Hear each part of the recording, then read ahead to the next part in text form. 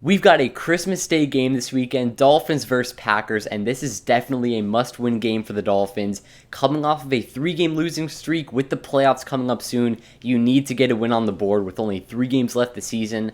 But the Packers, they're 6-8 coming into this game, but they're not a team that you want to pass by on, especially looking at the record. They don't look like the best team. But with Aaron Rodgers, this team could easily look like Super Bowl contenders, especially in the 50-degree weather it's going to be like in Miami this weekend. But with the injury report, it's not that bad. I'm not going to complain too much about it. It's been worse.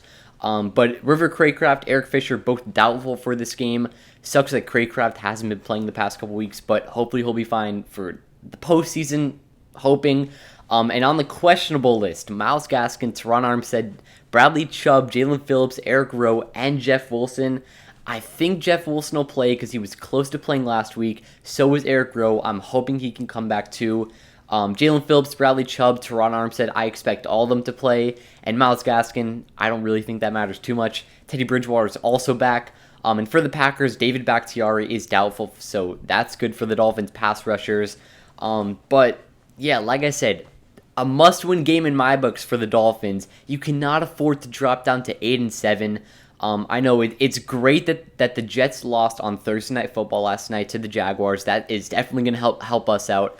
And the Patriots play, I think, the Bengals this week, so there's a really nice chance they lose that game.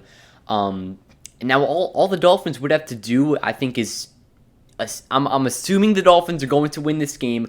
If the Dolphins can beat the Packers and the next week beat the Patriots, they're automatically in, and the Jets game won't even matter. So all you have to do is win the next 2 out of 3, basically, no matter what game it is. And obviously, you want to get that done as soon as possible. So it would be huge for the Dolphins to win this game.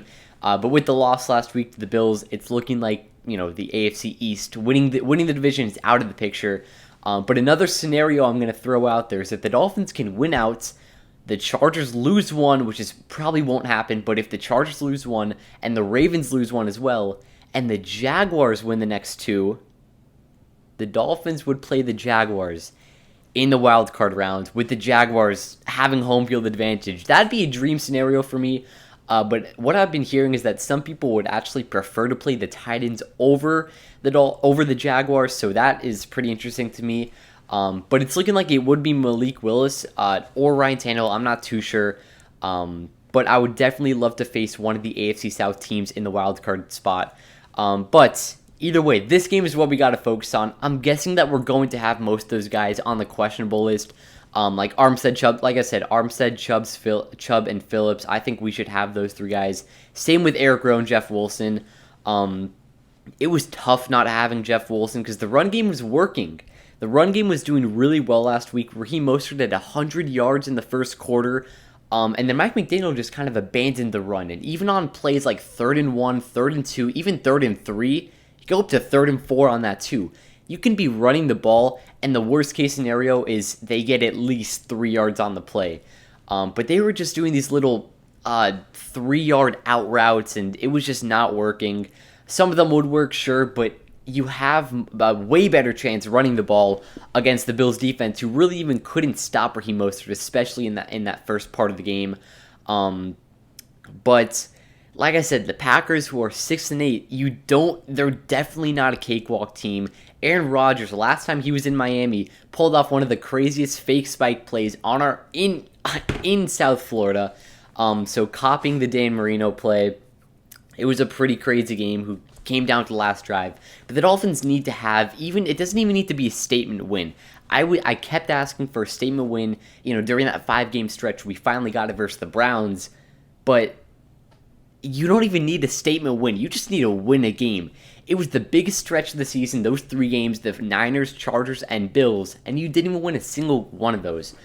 So at this point, you need a win to stay in the playoff race. And the Dolphins are the 7th seed right now, and I think it's looking like the Dolphins would still be the 7th seed, even if we lost this game. And like I said, even if you lose this game, you just need to win the next 2 out of 3, regardless of which 2 games they are. So you can still make the playoffs, but it'd be really, really tough. Especially next week, you got to fly up to New England, play in the cold weather. It's looking like the Dolphins can play in the cold the way they played last week in Buffalo, but you don't want to, you never want to underrate that Patriots team, especially with Bill Belichick at the head coaching spot. But I'm gonna jump into these keys for the Dolphins. Number one, like I said before, run the ball.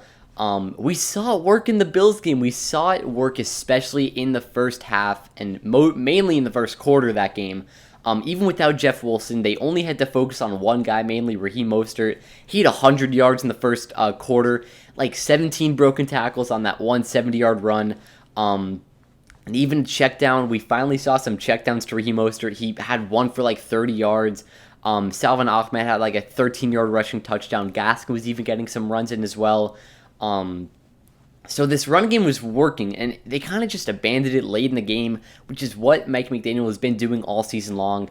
And I think he should know at this point to not do that anymore. But you got to run the ball. The Packers don't even have one of the best run defenses in the NFL, so you need to keep the run game going, especially, like I said, going to New England next week where it's also going to be cold. We know Tua can throw the ball in the cold. That whole narrative is over, but you might as well just run the ball, especially if the Packers, and in this case, if the Patriots, won't be able to really stop it. Number two, efficient Tua. We finally saw the Tua we know last season. He wasn't perfect. He wasn't the Tua during the 5-game winning streak, but it was the Tua that we've been seeing all season. He had some really great throws. The 67-yard touchdown to Waddle, the 40-yard touchdown to Tyreek Hill. That was the most perfect throw, maybe of his career. And there was just a lot. We finally saw he was on target. These little throws to get Tua into rhythm, finally something that the Dolphins fans have been wanting to be seeing. But the Chargers, the Niners game, that was just ugly Tua. Awful games. But now we finally see the Tua we all know. We're going to need that one. We're going to need that type of Tua tomorrow versus the Packers defense. They did a great job against Baker Mayfield last Monday night against the Rams. So they have their guys. They have Jair Alexander. That's what I'm going to talk about in a bit, the matchups. They have the safeties, they have the corners, the pass rush isn't great. They have some linebackers too. They have the guys on defense to stop our offense, but you need to have, obviously, it all starts with Tua here. So they're gonna have to have Tua to be efficient for this game. As long as you play to the same extent as you played in the Bills game, I think the Dolphins offense shouldn't have a tough time really doing what they do best. Number three, make the right calls. That is, obviously I'm talking about Mike McDaniel here, and I'm talking about Josh Boyer. Josh Boyer is not going to be the defensive coordinator of the Dolphins next season. I don't know who it's going to be. It can be anybody except for Brian Flores. Although Brian Flores would be a great defensive coordinator, but obviously they'd never bring him back to Miami again. But Josh Boyer is not going to be the DC next year. There's just many plays. The defense has had its injuries, and I know I'm not going to use that as an excuse. But there's just been many formations where I don't understand what the defense is really doing. That's obviously been on Josh Boyer. But for the offense, like I said before, 3rd and 1, 3rd and 2, 3rd and 3. Run the ball. Run the ball. There were so many times where it looked like to me where it'd get to his own head where they'd be like, oh, the defense thinks I'm going to run the ball. How about we just pass the ball for a little 3-yard out route to Jalen Waddle and Tyreek Hill?